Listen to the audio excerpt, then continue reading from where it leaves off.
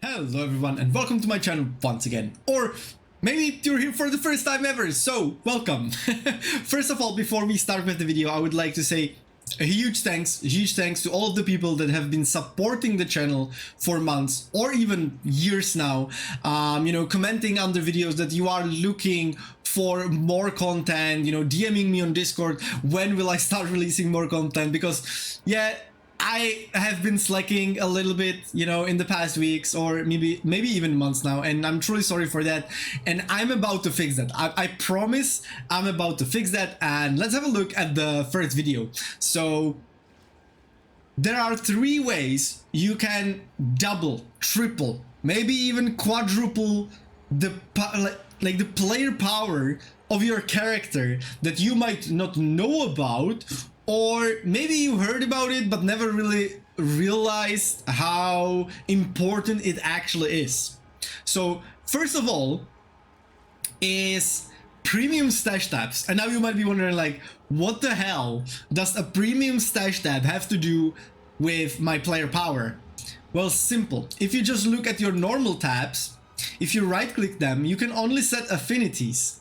But if you have a premium stash tab and you right click it, you can actually set it to public.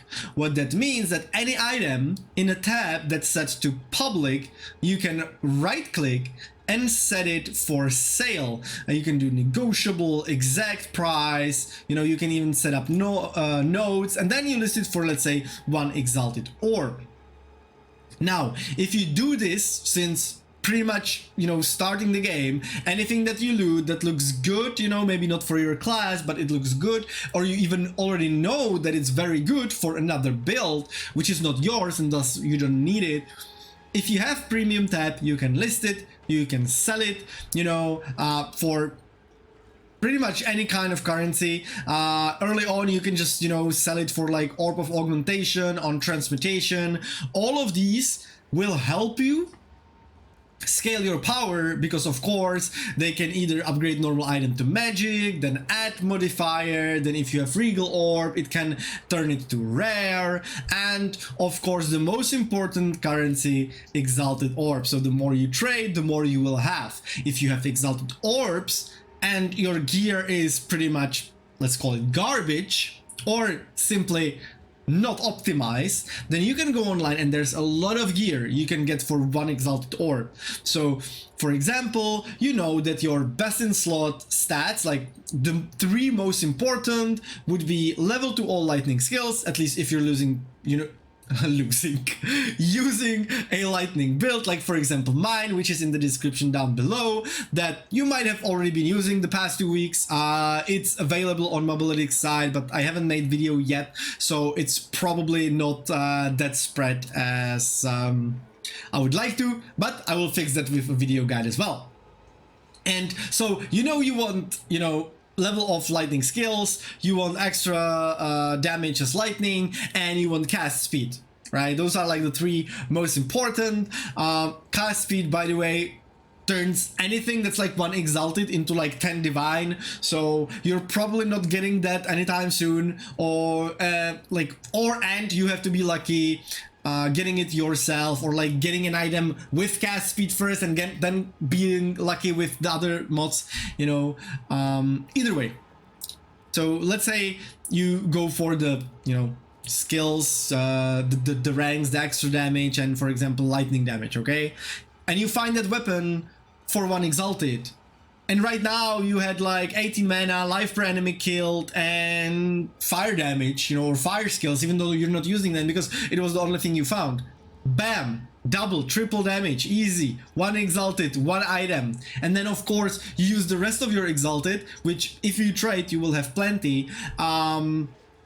Especially if you're lucky and drop like a unique that's used for a lot of builds, then suddenly you can also get the other mods. Preferably you will get another 1 or 2 that are best in slot for your build, and it will skyrocket your damage. And of course you can, you know, look at it from the side of armor as well, because yeah, maybe you don't have your resistances are super important to have for damage reduction, or you don't have enough spirit to activate your persistent buffs, right? So you will go on the trading side, which is like an official trading site connected with the game, and you will look for items that have, you know, 3 of the resistances that you are missing, you know, or you are missing 1 and you are missing exactly 36%. So you will look for an item that has 36% fire resist, and then you will go for the other best in slot, you know, stats that you want.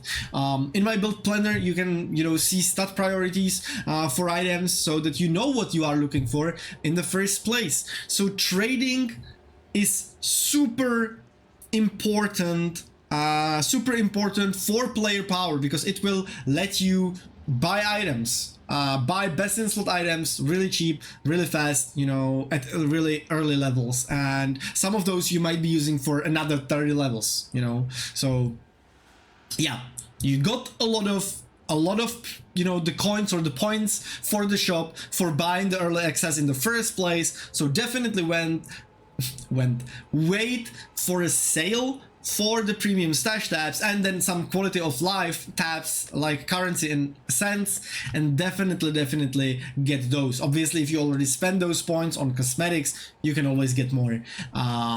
So yeah, definitely must have, like in my opinion, absolute must have. I don't like, unless you're solo self-found, I think you almost cannot play the game well unless you get these steps. So, and it is connected to the other way to increase your player power. Again, very early in the game, you don't even have to have the end game opened to farm it yourself.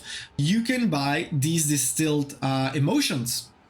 And these emotions you can use to unlock any passive on the tree. Doesn't matter, like we are going all the way up because that's where like the most useful nodes for mages are. But let's say we want something all the way on the other side. Let's say Apocalypse, 40% reduced damage. The rest is useless for us, but we really want the 40% reduced damage, you know, for whatever reason. You know, so we click Alt, and here you can see unallocated because we don't have the scale, and we can allocate it by using Distilled Emotions, Suffering, Paranoia, and Greed. So now you go into your inventory. My Ingurishu is really top notch today. You can see that I haven't made video for a long time because yeah, I can't even speak anymore. You right click one of these distilled emotions, it will open the UI for instilling passives, and then you will go like distilled guilt, distilled envy, distilled greed, for example. Okay, and then you put your amulet there as well, and voila, if you do it like this, we will get smooth buckler, 12% increased block chance, 10 mana gained when you block. Now keep in mind that you also have to follow the order, because if we swap these around, suddenly you can see we have absolutely like different passive. Thickened arteries, 5% reduced movement speed, and regenerate 1% of life per second while stationary.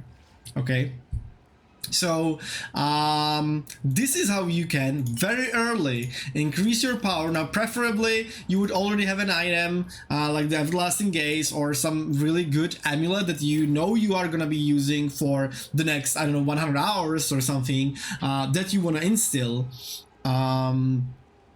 If you are planning to instill some of the like more expensive passives, for example Distilled Disgust that you need for both of the variants of my build, is going for around like 1 divine orb each, I think. So you can't really get it early unless you are really lucky with drops and actually get, you know, the divine orbs, but you wouldn't want to use it on any item. You really want to use it on an item that you know you are gonna be using almost for forever, right? That's like literally best in slot, because Divine Orb is like 80 Exalted Orbs. It's pretty expensive, right? But the cheaper passives, you know, some of these cheaper emotions, like I said, you can get for 1 Exalted, so 3 Exalted if you're trading, and you will have plenty of those. You can get very early, and you can again skyrocket the damage of your build. And then the last thing is weapon skill passives. Now I'm actually gonna do this to, I think it's gonna be better to show you, and I'm gonna remove, for example, this point. You owe me 2,500 goals, by the way. No, kidding. And now you have 1 passive skill point available, right? So we go to skill passives, and I can assign it. Let's go up here, okay? I can assign it, and now I have none left. I cannot assign anything else, right? We had 1 available, so we assigned 1. But you can choose to go for weapon sets. You can assign 1. But you can also go for weapon set 2 and assign another. Now you cannot assign it after weapon set 1, okay? As you can see, they do not connect. But they can connect to the base, or like they can only connect to the base tree, or to the same, you know, weapon skill set. So basically you just got two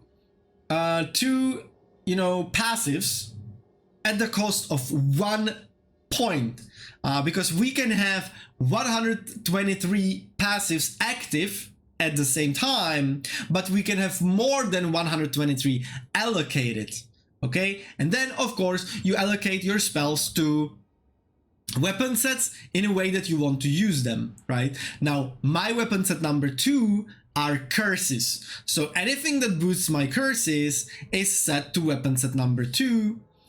So here you can see, you know, I'm going for the curse sets here. Now these like big points, you go for with the base points, but these smaller ones you go for with the weapon set points. And then eventually I will also get zone of control, you know, like super boosting my curses. Of course you need to assign your curses as well to the corresponding weapon set. I will do cancel now, which you can do if you press G, at least on a computer. Then I will find my curses, enfeeble here, for example. You click the arrow, and here you can see used with weapon set 2. Okay, so basically, as you can see, if I use spark, which is set to weapon set 1, it's still my wand and my focus. But if I use enfeeble, I misclicked now, but it doesn't matter because Sigil of Power is also weapon set 1, because it's a power from the second weapon, right? But let's go back to wand, and now I click enfeeble. It automatically swaps weapon to the staff and uses enfeeble. So now you can see that these points are active. They like light it up, right? If I use spark and go back, these are inactive, and these light it up because these are my DPS points, okay? The way I do it, weapon set 1 is DPS, weapon set 2 are curses. You can do it for every, or you should do this for every build that you are using or planning to. You just have to think, okay, what passives do I need available at all times? Like for example, if I'm using Everlasting Gaze, I need all of my energy shield passives up at all times, right? So I use the basic skills, but anything that I don't need active at all times, I will use my weapon skill sets for. For example, I know that eventually I will use my weapon set 1 to reach these nodes, Breaking Point and Storm Charge. I don't need that for my curses. I definitely want that for my DPS because it's increased damage, completely free, you know. So yeah, definitely do this.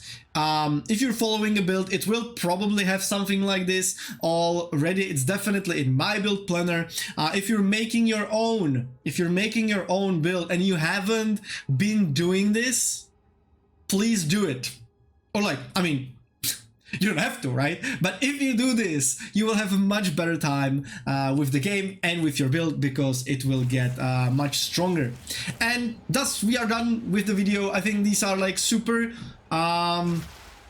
base ways to increase your player power, but it's also the 3 most asked questions around the Discord, at least from what I've seen, you know, on like how this actually works and how to do it. So that's why I decided to make a video explaining this. So I hope it helps you, and see you in the next one.